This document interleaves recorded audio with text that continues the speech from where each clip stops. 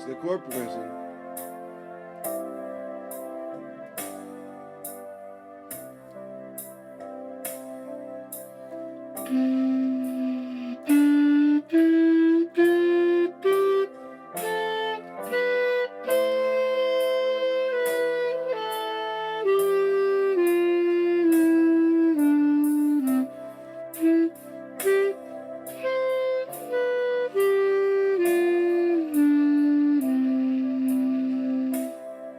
Chord progression again.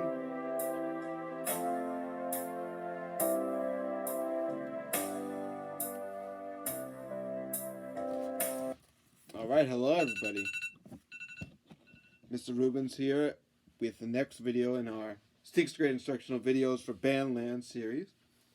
And that was number 78, entitled Scale, Arpeggio, and Chord Progression. So, as you'll see, I played along with the recording, and I also slowed down the recording. And if anyone here has GarageBand, it's very simple.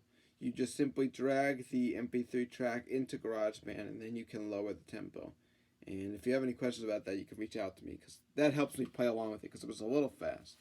So, in the title of this, it outlines all the most essential, we call it ingredients or elements of this musical piece, and I want to go through those.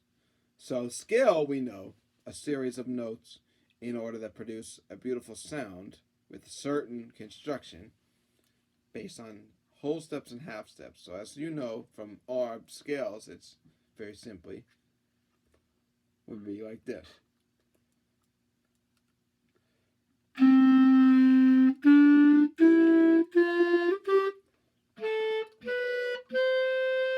So there's our major scale construction. Now, the next thing in the title is arpeggio, and we've played this already through our packets and different pieces, but just as a review, an arpeggio is simply the notes of a chord played in succession, either ascending or descending. So for example, if you take a look at measure 5 and 6, it very simply outlines this chord.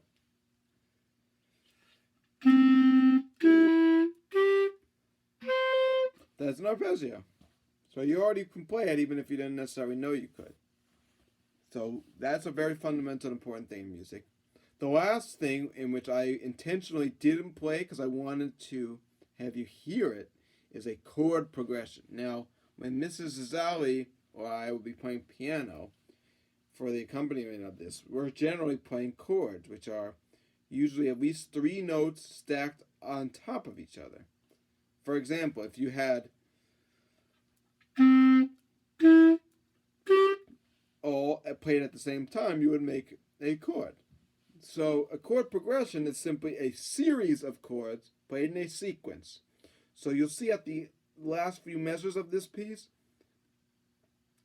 there are all chords, and that's why I stopped playing, because I didn't want to muddy it up with my own playing. I want you to hear that progression. One leads to the next, leads to the next, leads to the next. And those are all hugely important and beautiful things in music, and this exercise is a great way to get more familiar with them. It's also encouraged that if you are having trouble with chorale and C at the top of this page by the authors, to work on this example first to get you warmed up on the key, get it under your fingers, get the sound in your ears, and then you take it to the chorale. So you have either option. So happy practicing, and good luck.